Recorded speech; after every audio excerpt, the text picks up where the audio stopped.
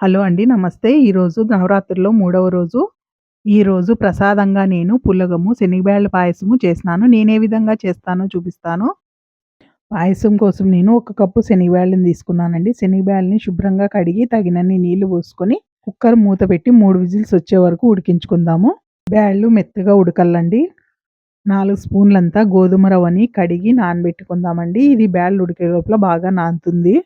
మరో గిన్నె తీసుకొని పులగము పెట్టుకుందామండి. పులగం కోసం నేను ముప్పావంతు బియ్యము, పావంతు పెసరపప్పు వేసి కడిగి నానబెట్టుకున్నాను. కొంచెం సేపు నానిన తర్వాత స్టవ్ పైన పెట్టుకుందాము.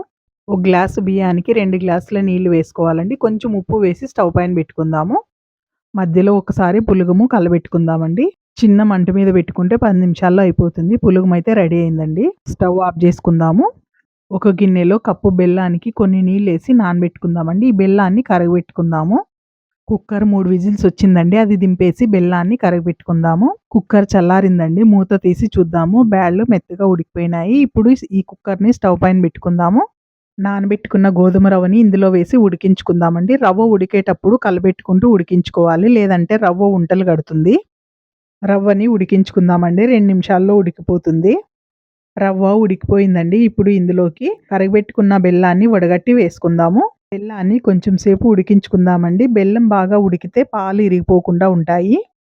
పాయసం ఉడికిపోయిందండి. ఇప్పుడు ఇందులోకి 2 యాలక్కుల్ని దంచి వేసుకుందాము. యాలక్కుల పొడి పాయసంలో కలిసే విధంగా మరొక్కసారి కలుపుకుందాము. ఇప్పుడు పాయసంలోకి ఒక గ్లాస్ పాలు పోసుకొని కలిపి స్టవ్ ఆఫ్ చేసుకుందాము.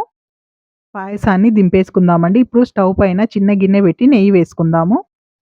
నెయ్యి కరిగిన తర్వాత గోడంబి, ద్రాక్ష వేసి వేపుకుందాము. ముందు గోడంబి వేసి అది కొంచెం వేగిన తర్వాత ఎండు ద్రాక్ష వేసి వేపుకుందాము. ఇప్పుడు దీన్ని పాయసంలో వేసుకుందాము. మన నైవేద్యాలైతే రెడీ అండి. ఇప్పుడు పాయసం గిన్నెలో వేసుకొని దేవుడి దగ్గర పెట్టుకుందాము. మరొక్కసారి అందరికీ నవరాత్రి శుభాకాంక్షలండి. వీడియో గనుక నచ్చినట్లయితే లైక్ చేయండి, షేర్ చేయండి, సబ్స్క్రైబ్ చేయండి. మనందరిపైన అమ్మవారి ఆశీర్వాదం ఉండాలని కోరుకుంటున్నాను. ఉంటానండి. మరో మంచి వీడియోతో మీ ముందుకొస్తాను. ఉంటానండి.